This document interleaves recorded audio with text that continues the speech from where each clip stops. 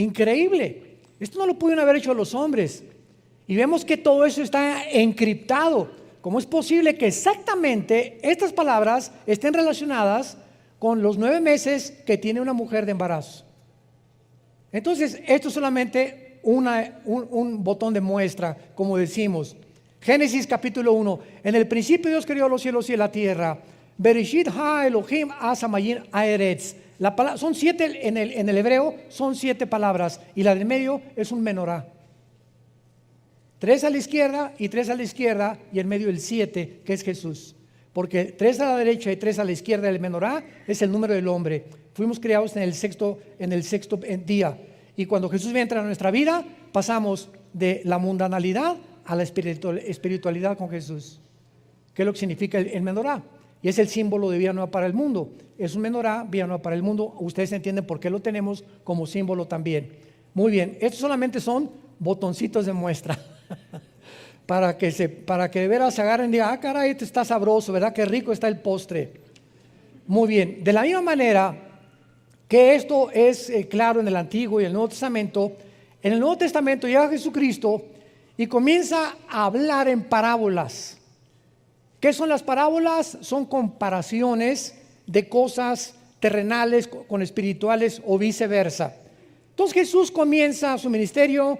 El sembrador, Mateo 13, salió a sembrar y una semilla cayó junto al camino, otra en espinas, otra en rocas y la cuarta dio fruto. Y la gente que lo escuchaba, ¿qué fue lo que escuchó? La tierra, semilla, un sembrador, espinas y piedras. Y no encontraron más que, qué bonito cuento. Y entonces agarró a los discípulos, después de que la gente no entendía, los llamó aparte y les dijo, a ustedes, los que me siguen, les es dado de conocer los misterios de Dios. Y entonces, aparte a ello, les explica, el sembrador es el que siembra la palabra de Dios, la semilla es la Biblia.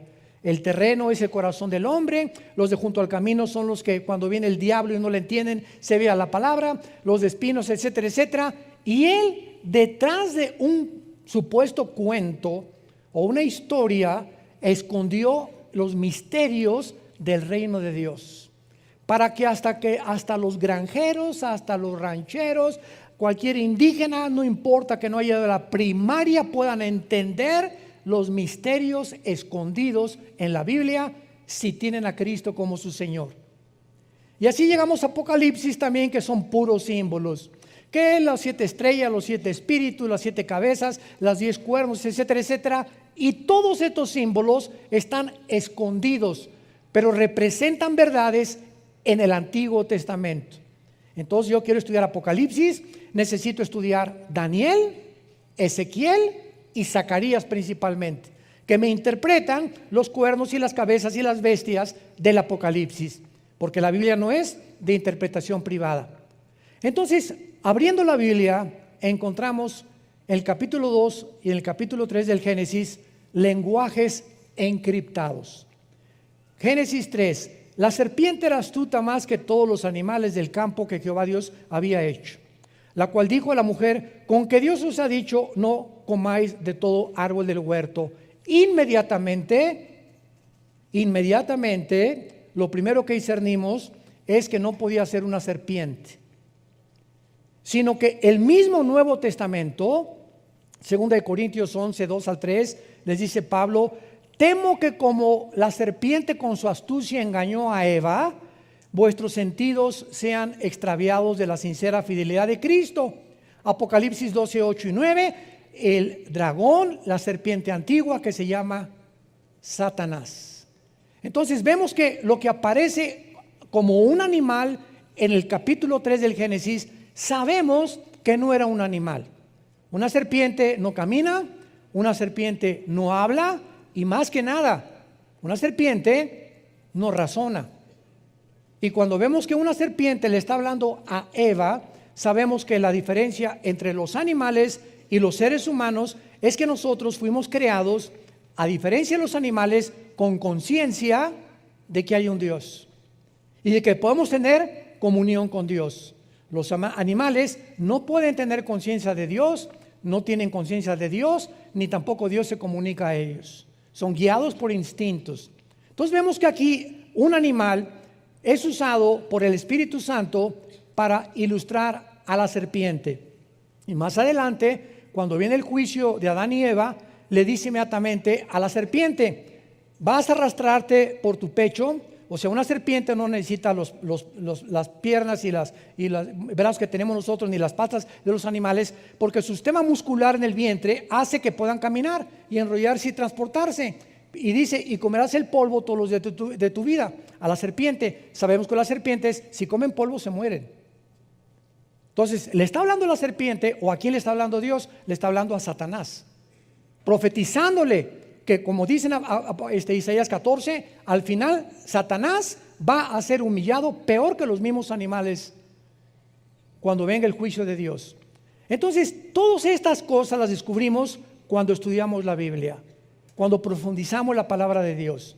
Entonces nos damos cuenta claramente por qué Dios esconde todo este lenguaje encriptado, para que aprendamos que el petróleo no se encuentra haciendo un pocito de 1 metro en mi jardín. Si quieres encontrar petróleo, necesitas una sierra perforadora, ¿verdad?, que penetre casi 500, 300 metros, y ahí en lo más profundo se encuentra el oro negro. Los tesoros de la Biblia no se encuentran leyendo: Jesucito mío, mi dulce compañía, no me desampare noche en el día. Amén. Y ese es el devocional. Padre, te damos gracias por estos alimentos que nos has dado, y dáselos a los que no los tienen. En nombre de Jesús, amén. Mejor cómprate un perico que él diga esa oración. Nos comenzamos a volver autómatas y comenzamos a actuar automáticamente sin ya estar nuestra alma y nuestro corazón ni en los mismos alimentos. Ya lo decimos como algo memorizado. Ya no: Padre, te doy gracias en este momento por estos chilaquilitos, y en este momento, Padre, te pido por mi hija que se acaba de ir, te pido por esto, Padre, gracias porque esta mañana nos trajiste con bien. Pero comenzamos a recitar y a volvernos robots religiosos. Y así pasa con la lectura de la palabra de Dios también. Muy bien. Entonces encontramos también, ¿verdad?, que en el huerto del Edén pues había 2 árboles: el árbol de la vida y el árbol del conocimiento del bien y del mal. Y la Biblia nos dice en todo lo demás: ¿quién es la vida? Jesús. Yo soy el camino, la verdad y la vida. Entonces yo no voy a tomar un fruto y lo voy a comer y tengo la vida eterna. Dios lo encriptó y no sabemos que es Jesús la fuente de la vida. Pero no vamos a profundizar más, porque estoy seguro que se van a empachar. Entonces, antes de poder profundizar, vamos a comenzar desde el principio. Vayamos, por ejemplo, al Salmo 82, versículo 1. La historia del huerto del Edén es una de las historias más famosas. Sin embargo, repito, encierra misterios de la Biblia. ¿Qué fue lo que realmente sucedió en el huerto del Edén? ¿Era la serpiente realmente un reptil que caminaba y hablaba y razonaba? ¿Y los árboles eran simbólicos o eran literales? ¿El fruto que comió Adán y Eva era literal o era simbólico? Y además nos revela la Biblia dónde se encontraba geográficamente el huerto del Edén, porque lo único que sabemos es que salía del Edén 4 ríos, de los cuales uno es desconocido, que tal vez fue erosionado o borrado después del diluvio, que posiblemente haya sido el río Nilo, que es posible. Pero sabemos que salían estos ríos, y que estos ríos actualmente descienden por Irak, que es el río Tigris y el Éufrates. El Tigris nace en Turquía y recorre casi todo el Medio Oriente y desemboca en el Golfo Pérsico. Entonces nos damos cuenta que, como se encuentra ahorita, si agarro un mapa ahorita y pongo a Israel, y pongo a Jordania, y pongo a Irak, y pongo a Irán, y pongo a Líbano, estas naciones que nosotros vemos geográficamente divididas por fronteras, fueron divididas después de 1920. Antes de 1920, la división geográfica que tiene el Medio Oriente ahorita no existía. Y antiguamente Irak y Siria eran la misma nación. Se le llamaba la nación asiria, y por eso se llama la Mesopotamia. Esto es muy importante.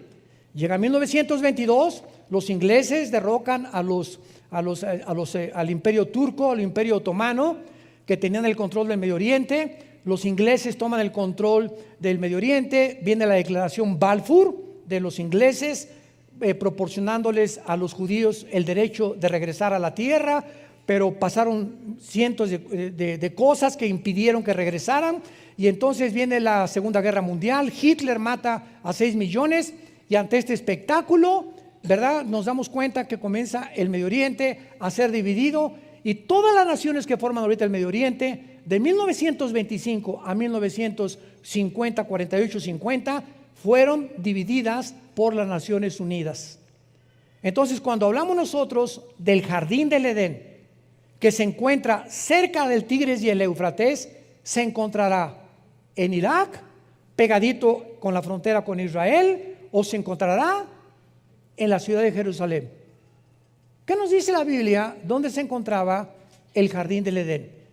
Porque en el Jardín del Edén, escúchenme, fue el primer lugar donde Dios se comunica con el ser humano. El primer lugar geográfico donde Dios se comunica con el ser humano. Después se rompe la comunión del ser humano con Dios, ¿y qué hace Dios? Dice en Éxodo 25, versículo 8, que Dios les ordena construir el tabernáculo. ¿Para qué? Para que esta comunión que se había roto en el Jardín del Edén continuara a través del tabernáculo en el lugar santísimo, donde Dios escogió para morar mientras peregrinaban en el desierto. Después desaparece el tabernáculo y entonces viene el templo de Salomón, que fue el que destruyó antes de Herodes. Herodes lo vuelve a reconstruir otra vez, pero Dios siempre está buscando la manera de tener comunión con nosotros. Y si Dios comenzó en Jerusalén, que posiblemente, vamos a verlo, que Jerusalén tenía el huerto de Getsemaní, lo más seguro que el Jardín del Edén se encontraba en el huerto de Getsemaní. Era el lugar donde Dios se encontró con su Hijo y donde fue crucificado, donde comenzó la humanidad y la comunión con Dios. Dios regresará otra vez al mismo lugar a habitar en medio de nosotros. Por lo que podemos asegurar y adelantarnos que es posible, pero tenemos que mostrarlo bíblicamente, porque no es de interpretación privada, que posiblemente el huerto del Edén se encontraba en la ciudad de Jerusalén. Pero antes, más sorpresas. ¿Ya se abrocharon el cinturón? Bueno, Salmo 81. Vamos a ir con calma, porque si no, como dije, decía mi abuelita, te empachaste.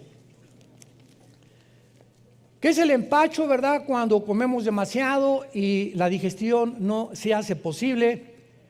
¿Y qué pasa cuando de repente una verdad nos es revelada por el Espíritu Santo y yo no estoy preparado desde antes a comenzar? En una orquesta, una sinfónica, hay la obertura. Viene lo del medio y viene un clímax, tan al final, la novena sinfonía de Beethoven o la 10ª sinfonía de Beethoven, y viene el clímax. Imagínense que el director comenzara con el ¡pum!, con el clímax, no, ¿verdad? Sino que comienza la sinfónica, tararán, tararán, tararán, tararán, y nos va llevando los que aman la música clásica, y siempre en las oberturas y las sinfónicas hay un clímax. Los músicos lo saben. Y así nos lleva Dios.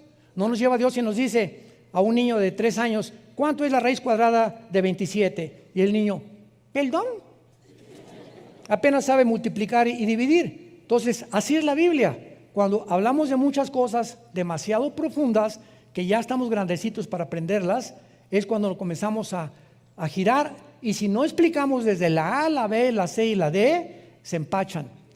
No hay una palabra teológica para esto, más que se marean o les cayó mal o no han digerido espiritualmente lo que la Biblia dice. Romanos 82, Salmo 82. Dios está en la reunión, no oigo. No oigo. No tengan temor, dicen, no le saque. ¿Está en la reunión de qué? ¿Nunca te has preguntado eso? ¿Cuáles dioses? ¿Qué acaso Jehová, Dios, Deuteronomio 6, del 8 al 10, Shema Yisrael, Adonai Eloheinu, Adonai Echad, oye Israel, el Señor Dios, Jehová tu Dios, uno es? ¿Qué no es uno Dios? ¿Quiénes son estos dioses que continuamente habla la Biblia? ¿Y cómo es posible que diga que Dios, porque apúntalo, la palabra Dios es Eloah? Y cuando se le pone el I-N, Elohim, es plural. Entonces, aquí encontramos al Dios singular en medio de dioses. Y vamos a ver quiénes son estos dioses que la Biblia menciona, porque dice en medio de los dioses juzga, no dice juzgan. O sea, lo primero que encontramos es la palabra traducida a Dios o dioses Elohim, que es una de las palabras más usadas en el Antiguo Testamento, porque en Éxodo 2:21-6 se traduce jueces. A muchos jueces se les decía dioses. Dioses paganos, Éxodo 18:11. A los ángeles muchas veces, Salmo 8 versículo 5 se tradujo Elohim, se les llama dioses. Y a hombres en Éxodo 7:1 le dijo Dios a Moisés: Aarón me será Dios ante Faraón. Muy bien, ahora vamos a entender esto.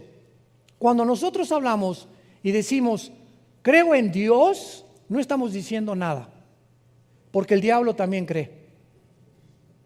El diablo no es ateo.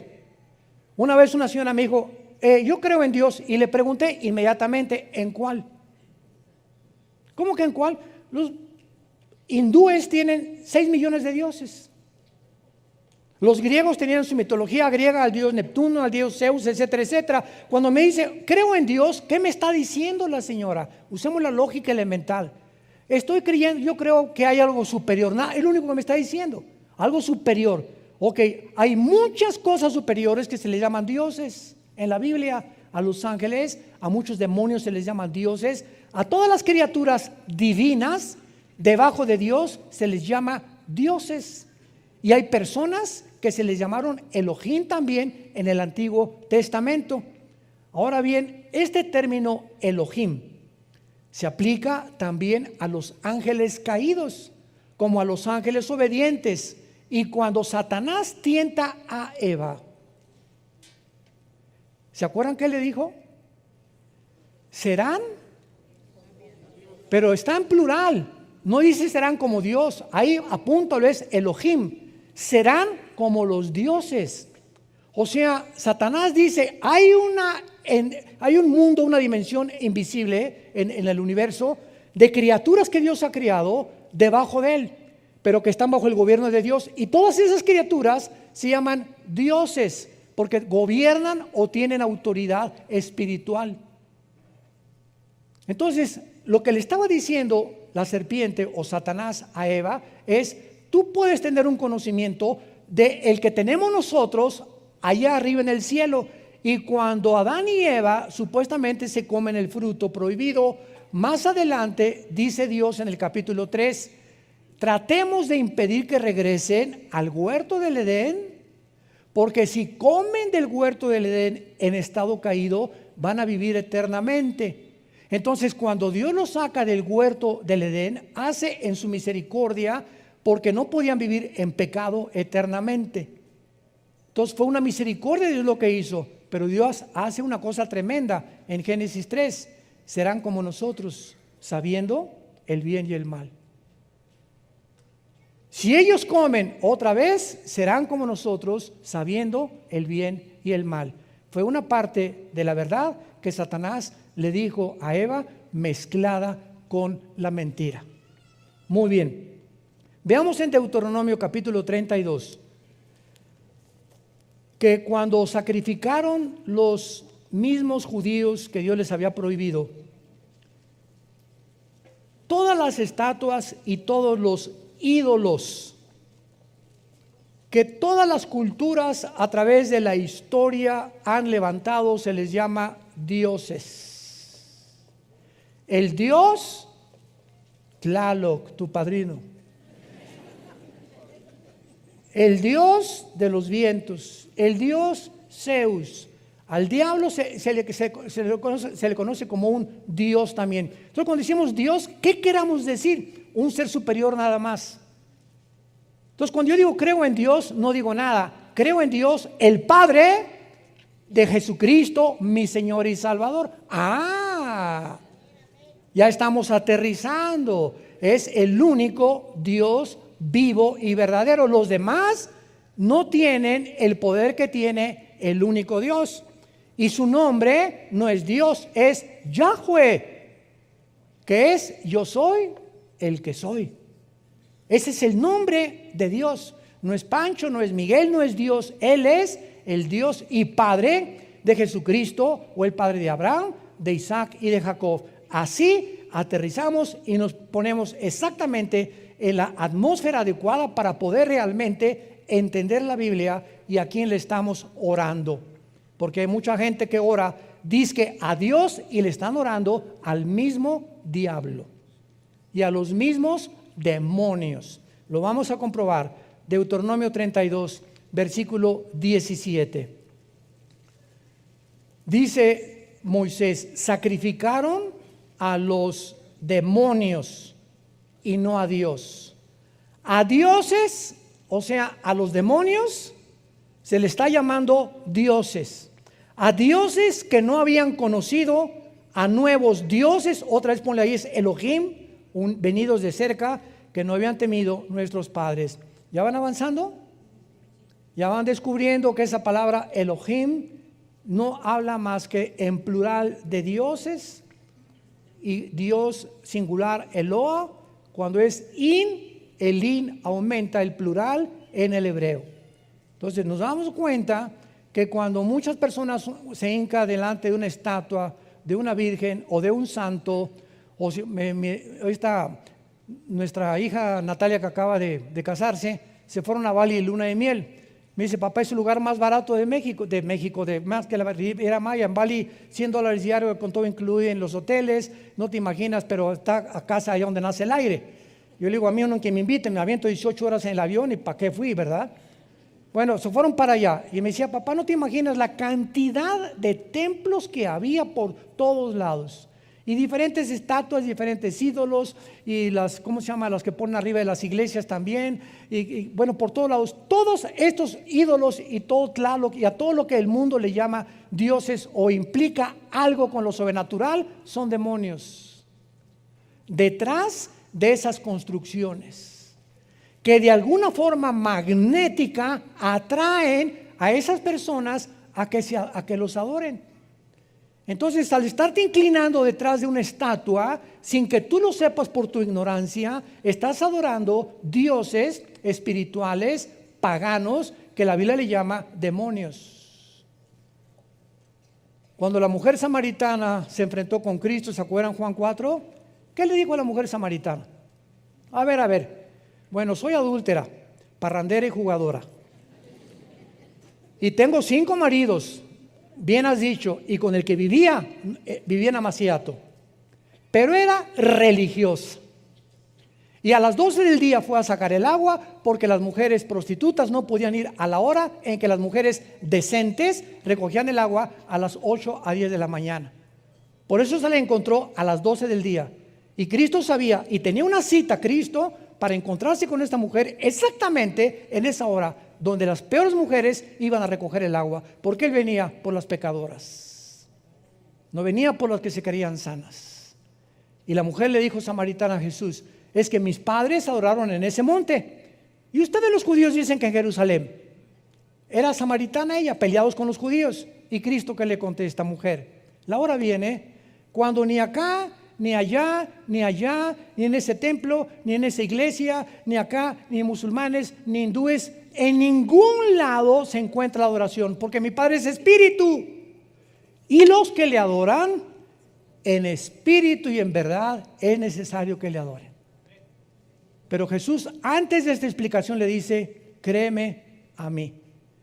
¿Cómo podemos encontrar cuál es la verdadera religión? No hay ninguna verdadera religión. Créele a Jesús. No seguimos ninguna religión. Cuando me dicen en Estados Unidos, en las aplicaciones, ¿a qué religión pertenece?, le pongo ninguna. A ver, venga, ¿para qué me hable? Oiga, pero usted es pastor, ¿cómo que no es? No, yo no soy religioso. El cristianismo no es una religión, señor. Discúlpeme, pero lamento su ignorancia. El cristianismo es una relación personal. Usted puede ser católico, remojado, bautizado, con viernes primero, hindú, etcétera, etcétera, e irse al infierno. La religión no salva a nadie. Jesús vino al mundo para invitarnos a que le abriéramos nuestro corazón y que nos quitara las vendas y guiarnos a la verdad. Y seguimos a un hombre llamado Jesucristo, que fue crucificado, enterrado y resucitado los 3 días. Él es nuestro Dios. Todos los demás son dioses falsos. Dice Santiago 2, los demonios también creen y tiemblan, pero nunca obedecen. Entonces ya vamos entendiendo y aclarando toda la terminología y todas las raíces etimológicas de las palabras, porque los medios de la televisión, los periódicos, los comentaristas, los entrevistadores, los supuestos politólogos, filósofos que hay en el mundo no tienen ni idea de lo que es el cristianismo. Y siempre lo relacionan con que es una religión, por ignorar la Biblia, porque es lo que se ha transmitido por tradición desde hace mucho tiempo. Entonces, la frase nuevos dioses, Elohim, venidos de cerca, aquí en Deuteronomio 32, 17, se refiere a los ángeles caídos que vivían cerca de Dios y que ahora operan perversamente en el mundo. Ahora vayamos a Ezequiel capítulo 5, versículo 5. A mí me parte el corazón cuando alguien viene a la iglesia sin Biblia. Venir a la iglesia sin Biblia es como haber ido ayer al Estadio Azteca y ver a América Chivas sin pelota. ¿Verdad? Si vas a un partido de fútbol y no tienes pelota, pues ¿para qué juegas? Venir a la iglesia sin Biblia es lamentable. Ezequiel 5, versículo 5, tremendo. Así ha dicho Jehová el Señor. Ya vamos comenzando a bucear. Ya estamos como a 10 metros de profundidad. Esta es Jerusalén, la puse en medio de las naciones y la tierra de alrededor. Apunta la palabra en medio en el hebreo. Es la palabra tawech, como suena con T de tío, A-W-S-H, tawech, y significa ombligo. Significa ombligo. La puse como el ombligo de las naciones. Es el centro de donde nosotros nacimos. ¿Qué es el ombligo? La parte física de mi anatomía que tenemos aquí, el agujerito que tenemos aquí, y con el cual estábamos conectados en la antigua vida, cuando estábamos en el líquido simniótico, ¿verdad?, de mamá. Ahí era lo único que nos conectaba, y cuando nacemos a esta dimensión y salimos de la dimensión de la matriz de la mamá al mundo, lo primero que hacen es que cortar el cordón umbilical que ya nos separa de la antigua vida a la nueva vida. Y cuando Dios le llama a Jerusalén el ombligo, está diciendo que desde ahí nació la ley, de ahí Dios vino a morir, ahí fue crucificado, ahí estuvo en el huerto del Edén, ahí fue donde el monte Moría.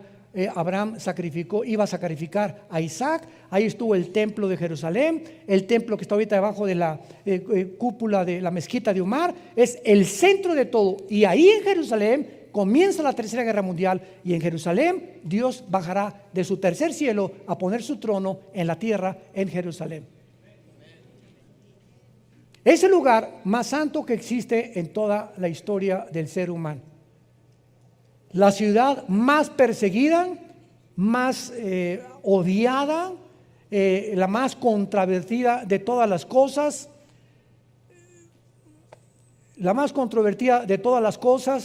y la ciudad que está ahorita a punto de convertirse en la manzana de la discordia del mundo entero. Ahora vamos a comenzar a comprobar todas estas cosas.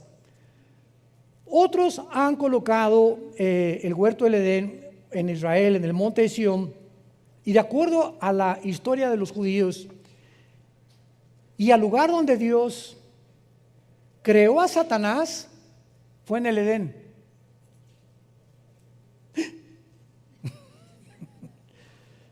Ezequiel 28, denles una vuelta ahí nada más a las páginas, vayamos al capítulo 28 de Ezequiel. Y antes de que nosotros fuéramos creados, o nuestros primeros padres, Adán y Eva, en el huerto del Edén.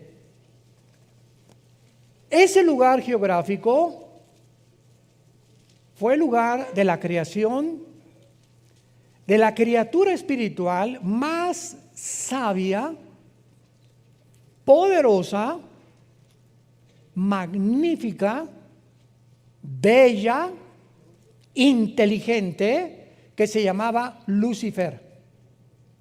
Ahí en el huerto del Edén, donde ya lo estaba esperando Lucifer, Adán y Eva, ese lugar se puso celosísimo. Lo vamos a ir entendiendo por qué el ataque, por qué no atacó a Adán antes de que fuera creada la mujer, cuando estaba solito Adán. ¿Por qué cuando ya Dios saca a la mujer del hombre, es cuando Satanás se pone celoso y ataca a la mujer? Lo vamos a ver después. Bueno, aquí en Ezequiel 28, versículo 12 en adelante, vemos lo que iniciamos al principio. Hijo de hombre, Ezequiel 28, 12. ¿Levanta hechas sobre quién? Vemos cómo en la Biblia Dios pone al frente reyes o personajes para mostrarnos que detrás de los reyes y de muchos gobernantes se encuentran poderes de las tinieblas manejándolos. Entonces podemos ver a un Hitler, o podemos ver un Saddam Hussein, un José Stalin, ¿verdad? El que tú me quieras mencionar, y vemos al ser humano y los psicólogos, los psiquiatras, Stalin, Hitler, personas sociópatas, esquizofrénicas, paranoicas, todos los adjetivos de la psiquiatría, etcétera, en él. Pero detrás de todos esos adjetivos que descomponen una personalidad o la convierten en un loco, se encuentran poderes de las tinieblas, de acuerdo a la Biblia, operando en ellos. ¿Y por qué esas personas se descompusieron mentalmente y comenzaron a manifestar una insanidad mental, a decir cosas y actuar de manera no coherente, ni lógica, ni racional? Eso no lo entiende la psicología ni la psiquiatría. Y entonces cuando un psiquiatra o un psicólogo, con el respeto que se merecen, trata de ubicar a un paranoico, a un esquizofrénico, a un sociópata, a un psicótico a una conducta normal, no tienen la terapia para hacerlo más que con chochos, con químicos, Valium, Equanil, Prozac, pastillas tranquilizantes. Y tú vas a un hospital psiquiátrico y el 99.9% de todos los pacientes en todos los hospitales psiquiátricos del mundo los tienen drogados. Los tienen que manejar con químicos para poder controlarlos. Porque la condición mental en la que ellos se encuentran no es una condición mental física, es una condición espiritual. Y cuando alguien llega a desvariar o a comenzar a tener una condición de insanidad mental, a decir cosas sin sentido, incoherencias, contradictorias, cuando comenzamos a tener actitudes, en la mañana soy una persona con mi esposa, con mis jefes soy otra persona, en la iglesia tengo cara de San Clodomiro, y en la noche con mis hijos soy otra persona. Hay hombres que tienen 4 personalidades en un día. Se le llama desórdenes múltiples de la personalidad. ¿Y saben ustedes de dónde vienen estos desórdenes? ¿Por qué la persona no es íntegra? Yo soy lo mismo, tengo que ser en la iglesia el mismo, con mi esposa lo mismo, con mis hijos lo mismo, en mi trabajo lo mismo. Es lo que se llama integridad. Y la desintegridad es cuando se desintegra la personalidad. Y cuando venimos a Cristo, Él trata de que seamos íntegros de una sola pieza, porque eso nos da estabilidad mental.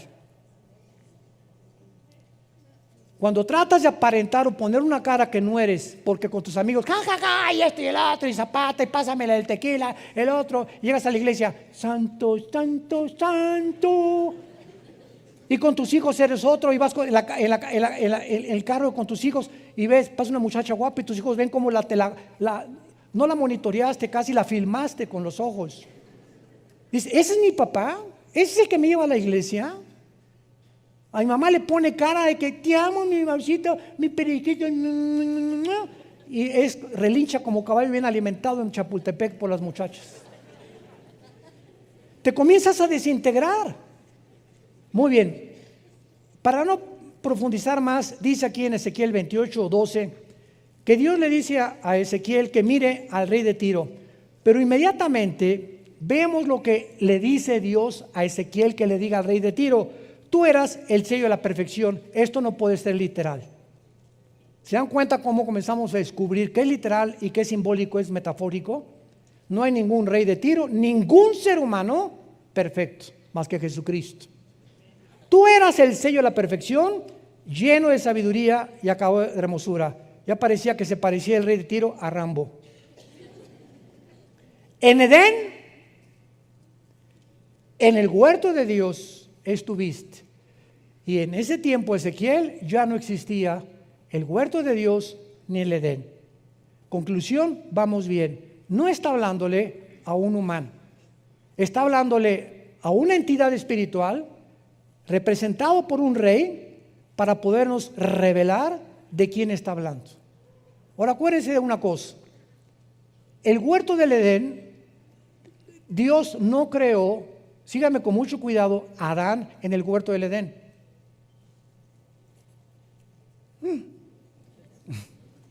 Si leen ustedes capítulo 2 del Génesis, van a ver ustedes que Adán fue creado en el Edén. El Edén es la zona geográfica que cubría tal vez la mitad de la tierra. Y el huerto del Edén fue puesto dentro del Edén. El huerto, un jardín en medio de la zona geográfica que se llamaba Edén. Entonces, el huerto era un jardín especial donde el ser humano iban a ser probados. Y Dios crea en el Edén a Adán, y ahí lo dicen en Génesis capítulo 2, y lo coloca en el huerto. La única que fue formada en el huerto fueron ustedes, las mujeres, en el paraíso de Dios. Con razón. Con razón nos traen como nos traen, ¿verdad? Hoy en la mañana se lo dije a mi esposita y me dijo: ay, qué bonita cosa me has dicho, con razón, ¿verdad? Le digo: con razón te amo tanto. Las mujeres fueron creadas en un paraíso, nosotros en el barro y en la tierra y en el lodo. Y ya que estábamos en Edén, de ahí fueron ustedes sacadas dentro de nosotros con otro cromosoma que nosotros no tenemos, que son los dos cromosomas X, y a Dios nos dejó el cromosoma Y genéticamente para hacernos completamente distintos. Pero esto es muy interesante, porque cuando venimos a la Biblia y encontramos en Edén, pero no solamente dice, sino que dice en el huerto de Dios, significa que no solamente estaba Lucifer en el Edén, sino que ahí estaba corroborando lo que Génesis 3 dice, en el huerto de Dios. La palabra huerto también se puede traducir como es la palabra Gan, G-A-N en el hebreo, Gan, y es jardín, también se puede traducir el jardín o el huerto de Dios. Pero vayamos más adelante. En Edén, en el huerto de Dios estuviste, está hablando de Lucifer. Ha sido la criatura, el querubín más perfecto, más sabio, más inteligente que Dios creó en el universo. Y vean lo que dice Dios, que Lucifer estaba vestido con piedras preciosas, cornerina, topacio, jaspe, crisólito, berilo, ónice, zafiro, carbunclo, esmeralda y oro. Cuando vemos las vestiduras del sumo sacerdote en el Antiguo Testamento, y cuando él entraba al lugar santísimo en el mes de septiembre, ahorita nos encontramos en el mes de septiembre, octubre, en Tishri, ahorita es Rosh Hashanah para los judíos, que es la fiesta de las trompetas. Muchos creen que en esta época es cuando Cristo viene al arrebatamiento. Muchos creen, no estoy seguro, puede ser o no puede ser, pero no sabemos eso, no podemos ser dogmáticos. Pero cuando el sacerdote entraba al lugar santísimo en este mes de Tishri, entraba con una fila de piedras preciosas, y son las piedras preciosas que usaba Satanás. Son exactamente las piedras que encontramos aquí también. ¿Qué nos habla esto? Que Satanás, antes de caer, no era su nombre. Satanás significa adversario, si lo quieres apuntar, en el hebreo Satán. La palabra diablo tampoco es su nombre. La palabra diabolos en el griego significa el que acusa o el que calumnia. Pero su nombre es Lucifer. Ese es el nombre de Satanás y del diablo, Lucifer. Los demás son títulos. Entonces, Lucifer, de acuerdo a la Biblia, era o ejercía una especie de sacerdocio en el cielo. Vamos a seguir leyendo. Todas estas cosas, dice la Biblia, esmeralda, los primores de tus tamboriles y flautas, estuvieron preparados para ti en el día de tu creación. Aquí la palabra creación es vara, de las tres palabras que hay, que significa de la nada. O sea, Lucifer apareció, jamás había existido, porque no es eterno más que Dios. Versículo 14, querubín grande y protector. Lucifer es un querubín caído, no es un ángel caído, es un querubín caído. Tratemos de explicar. El rango más alto de los ángeles son los querubines. Podríamos llamarles un ejército, los generales de división. Los coroneles o los tenientes coroneles son los serafines. Y debajo de los serafines están los ángeles. Entonces los ángeles significa malak, con K en el hebreo, mensajeros, nada más. Nunca Dios ha mandado querubines más que en el huerto del Edén y en el tabernáculo, en el arca del propiciatorio, porque a los que Dios manda a la tierra son ángeles. Y uno de ellos, el más importante, es Gabriel. Entonces, los querubines es el rango más alto de las criaturas de Dios. No todos son ángeles. Los ángeles son los mensajeros. Los serafines están alrededor del trono de Dios. Esos jamás han bajado a la tierra. Y los querubines, más que Satanás, ha bajado al mundo algunas veces, como lo vamos a ver. Y se le llama protector. Pregunta, ¿a quién protegía querubín? ¿Se fijan? Cuando estudiamos la Biblia, comenzamos a preguntarnos, y no nada más así, tú querubín protector, te puse en el santo monte de Dios, estuviste, amén. ¿Por qué se le llama protector? ¿Había alguien a quien tenía que proteger? Lucifer, ¿te has preguntado eso? Vean ustedes cómo podemos descubrir los tesoros de la Biblia. Aun cuando Lucifer no había caído, existía en los ángeles la posibilidad de rebelarse contra Dios. La misma capacidad que tenía Adán y Eva, que fueron creados sin pecado, pero con la posibilidad de rebelarse contra Dios. O sea, los ángeles podían pecar. Adán y Eva podían pecar. Cristo, cuando fue tentado por el diablo, pregunta, ¿podía pecar? No podía pecar porque es Dios. Y él no fue tentado en su divinidad. Cristo no podía pecar. Entonces, cuando Dios lo enfrenta con Satanás a Cristo, no era para probar si él podía pecar, porque Dios sabía que no podía pecar, él era Dios, era su hijo, sino para demostrar que no podía pecar. Es como cuando un ingeniero hace un puente y lo inauguran y prueban el puente, no para ver si se va a caer, para demostrarle al mundo que el puente fue construido para que no se caiga. Entonces, Cristo no podía caer en tentación porque Él era Dios. Esto es muy importante en la teología, a los que estudian teología. Entonces, Satanás sí podía caer, y Adán y Eva sí podían caer, y cayeron. Entonces, Lucifer estaba cuidando que cuando hubiera una rebelión en el cielo, él protegiera a Dios. Y al que Dios crea para que lo protejan y cuiden el reino de Dios en el cielo, es el primero que se rebela y inicia la rebelión en contra de su creador. Ahora entendemos por qué dice la Biblia en 2 de Pedro que a los ángeles no los perdonó Dios. Yo recuerdo, antes de ser cristiano, le platiqué a mi esposa también hace como una semana, que una de las cosas que más me impedían a mí ser cristianos es que a mí siempre me ha gustado pensar mucho y leer mucho desde niño. Y yo les preguntaba a los cristianos, a mi hermano y otros que me llegaron a Cristo después, ¿Dios es bueno? Sí. ¿Por qué no perdona a Satanás? ¿No es misericordioso Dios? ¿Por qué no lo perdona? Y no me contestaban. Y este hombre se llamaba Giovanni Papini. Es un libro que él escribió, Giovanni Papini, tratando de criticar y de juzgar así. ¿Y por qué, si Dios sabía que Lucifer se iba a rebelar, para qué lo creó? Y son preguntas que requieren respuestas y que las tenemos en la Biblia. Entonces, cuando Dios crea a los ángeles, no crea a una entidad espiritual o entidades robots. Tenían que tener la capacidad de elegir libremente. Y como ellos fueron creados cerca de Dios y vieron a Dios, a los que mucho se les da, mucho se les pide. Por haber vivido tan cerca de Dios, no los perdonó Dios. Los seres humanos, los cristianos, nunca, dice 1 de Pedro, hemos visto a Dios. Confiamos y creemos en aquel a quien hemos visto. Vivimos por fe. ¿Qué es la fe? La certeza de lo que se espera, la convicción de lo que no se ve. Si lo veo, ya no es fe.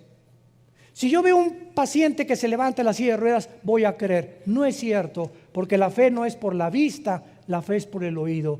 Romanos 10:17. Y entendemos por qué no perdonó Dios a los ángeles. Y cuando venga el infierno y el lago de fuego, ya no va a haber tampoco misericordia en el juicio final para los seres humanos, que Dios les brindó la oportunidad, como te la brinda en esta tarde, de venir a una cruz y que escojas la vida en lugar de la maldición, simplemente porque te encarcelaste en tu orgullo, en tus pecados, en tu dureza de tu corazón, y por ello serás responsable de las consecuencias de tus acciones y tus palabras en el día del juicio. Tú, querubín grande y protector, te puse en el santo monte de Dios. El santo monte de Dios es Jerusalén. Los rabinos judíos le llaman el monte del templo, porque Jerusalén está construida en una montaña. Cuando vayamos a Jerusalén el año que entra, vamos a ver todo eso geográficamente, con PowerPoint y todo. Va a ser un viaje maravilloso en junio del año pasado. Inscríbanse los que puedan ya desde ahorita. Va a ser un viaje, a lo mejor será el último que hagamos, no lo sabemos, ¿verdad? Pero es increíble cuando llegas a Jerusalén y aterrizas ahí en Tel Aviv, te bajas del avión, inmediatamente hay una atmósfera que no está ni en la Riviera Maya, ni en Acapulco, ni en Puerto Vallarta, ni en Bali, ni en Hawái, ni en ningún lado. Es una atmósfera que comienzas a sentir que estás en un lugar verdaderamente santo. Y aunque hay una religiosidad impresionante en Jerusalén, nos damos cuenta ahí cuando caminamos por la vía dolorosa donde Cristo cargó la cruz, cuando llegamos al monte, donde fue enterrado Jesús, y al huerto de Getsemaní y todas esas cosas, sientes inmediatamente, de veras lloras. Hay una sensación en el aire que te hace llorar porque estamos conectados con Dios. Y toda la demás gente que llega y todas las demás religiones como si nada, como fueran a Cancún, a Acapulco o a Taxco o a San Miguel Allende. Pero cuando eres hijo de Dios y estamos conectados con la dimensión espiritual de Dios, todo nos afecta porque sentimos inmediatamente que Dios nos está hablando en cada lugar donde vayamos a ir. Lo más importante de esto, para terminar, dice aquí en Ezequiel 28, y lo vamos a dejar de tarea para la próxima clase. Dice en el versículo 17, el pecado de Lucifer: se enalteció tu corazón a causa de tu hermosura, corrompiste tu sabiduría a causa de tu esplendor, te arrojaré por tierra, delante de los reyes te pondré para que miren en ti. Por favor, pongan atención, versículo 18, con la multitud de tus maldades y con la iniquidad de tus contrataciones. La palabra reculá en el hebreo, que se tradujo contrataciones, es comercio o tráfico. Aguántense. Traficaste, profanaste, y esta palabra chalal, C-H-A-L-A-L, chalal, significa violar. Y se usa en el Antiguo Testamento sexualmente. Traficaste y violaste. ¿Qué violó Satanás ahí arriba, Lucifer? ¿Con quién traficó? ¿Es posible que haya un tipo de reproducción de los ángeles? ¿Por qué dice en Génesis capítulo 3:15, tu semilla? Le está hablando a Satanás, tu esperma, la palabra ser en el hebreo es esperma. Tu semilla estará en enemistado contra la semilla de la mujer. Y nace Caín, y Caín no aparece en la genealogía de Lucas ni de Mateo como hijo de Adán. Desaparece el mapa Caín. ¿Habrá sido realmente, como dice 1 Juan 3, era hijo del maligno, Caín? De alguna manera traía la semilla de él. Y nuestra naturaleza que heredamos pecaminosa, ¿de dónde vino? Porque se transmite genéticamente por la sangre del pecado. Cuando nace un niño, no le dice Dios, ahora póngale pecado. No, los padres transmiten a sus hijos. Los 23 cromosomas míos y los de mi esposa forman el cigote, 46 cromosomas, y ahí está el ser humano completito y bien pecadorcito. Como dice David en el Salmo 51, en pecado me engendró mi mamá. Entonces, cuando comenzamos a profundizar todo esto, nos damos cuenta que en Génesis 6 los ángeles se metieron con las mujeres y produjeron gigantes. ¿Qué pasó en Génesis 6? ¿Alguna problema o algún experimento genético que hicieron con las mujeres? Y Judas, antes de Apocalipsis, la epístola de Judas dice que los ángeles, igual que los sodomitas, se fueron en pecados fornicando, igual que los sodomitas. Fornicando los ángeles. Oiga, hermano, pero acuérdense de Mateo 22. ¿Qué dice Mateo 22? Cuando se casen, cuando resuciten, no se casarán ni serán en casamiento, serán como los ángeles están en el cielo. Los ángeles en el cielo no tienen acceso. Cuando bajan a la tierra, tienen forma.